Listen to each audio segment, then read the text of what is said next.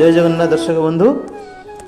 एक सुंदर प्रभुंर भजन मु आज भगवान प्रभु श्री जगन्नाथ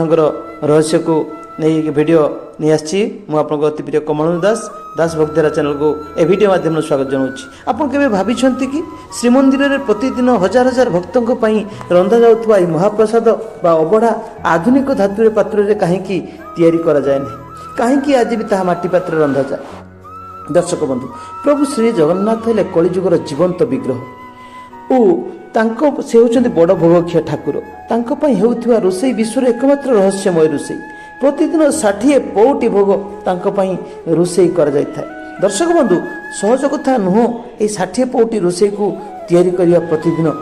तेबे पुणी एक नीति नियम तैयारी होता है। स्वार महास्वार संपूर्ण नीति नियम सहित सात्विक चिंतन रोष घरे प्रवेश कला परे से माने माँ दक्षिणाकाली प्रवेश करने पूर्व दर्शक बंधु माँ दक्षिणाकाली को स्मरण करती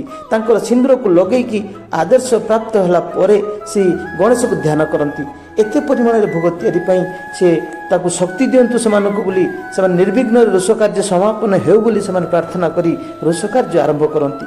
दर्शक बंधु मुख्य रोष घर रहस्य होची केबे भी अन्य कौन सी धातुर पात्र को यही महाप्रसाद प्रस्तुत करने व्यवहार करा जाए नहीं। कारण कौन कारण पूरे श्रीमंदिर रोषई घर एक विश्वर पारंपरिक रोषई परंपरा प्रसिद्ध अटे।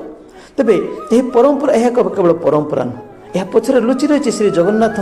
अनन्य परंपरा पवित्रता और आध्यात्मिक भावना पारंपरिक भाव यह माटी पात्र निर्दिष्ट गोटे प्रक्रिया प्रस्तुत कर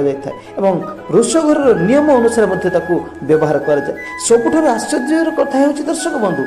एठारे गोटे कुड़ुआ उपर आ गोटे कुड़ुआ रखी रोषई कर समस्ते भावती जे यह किपरि होता सब हूँ ईश्वर कृपा। जगन्नाथ होती जीवंत प्रतिमा तेणु से सबकि बड़ बड़ आखिरे सब देखुं सब कर तेज लोक मुखर जो विश्वास रही अद्भुत विश्वास मध्य आउ गोटे कथा लुचि रही जे केवल चमत्कार बोली आम देखा ताहा मध्य ठीक किंतु परिवर्ते जदि वैज्ञानिक दृष्टिकोण देखा तेबे यह पछर रही पारंपरिक रोषई प्रणाली माटी कुड़ुआ ताप और बाष्पर व्यवहार को नहीं एक प्रकार प्रतिक्रिया सृष्टि करे माटीर पात्र धीरे धीरे ताप ग्रहण करे एवं रंधा खाद्य और खाद्यर रंधार एक स्वतंत्र परिवेश सृष्टि करे। तेरे प्रश्न होची धातुर पात्र सत्वे माटी पात्र परंपरा कहीं कारण होची परंपरा माटी पात्र होची परंपरा और शुद्धतार धारणा माटी पृथ्वी प्रतीक पृथ्वी माटी आसे माटी पात्र तैयारी हुए से खाद्य एवं से पात्र प्रभु तैयारी होता खाद्य एक प्रकार भावना सृष्टि करे भक्तों मन में एक गभीर आध्यात्मिक संदेश दे था प्रकृति आसीथिबा जिनिस पुणी प्रभु के सेवा समर्पित होता है। तेज से माटी पात्र कारण तल हांडीर बाष्प उपर हांडीर थिबा विभिन्न प्रकार खाद्य दि जाइथिबा विभिन्न प्रकार सामग्री को उपयुक्त प्रणाली उपयुक्त भाग मापर दि जाए और ताहा मध्य ठीक समय कौन तल हांडी अपेक्षा उपर हांडीर खाद्य आग प्रस्तुत हो सारी था। यह हूँ प्रभुंर कृपा यह हूँ माटी पात्र रहस्य। तेबे श्री जगन्नाथ परंपरा सबुठ बड़ सौंदर्य होची पुराना परंपरा केवल एठारे रही नहीं बर पीढ़ी पर पीढ़ी ताहाको श्रद्धार सहित बहन कर चली आज से ही मंदिर सेवक माने। तेबे अबढ़ा केवल एक भात डाली किंबा तरकारी नुह यह है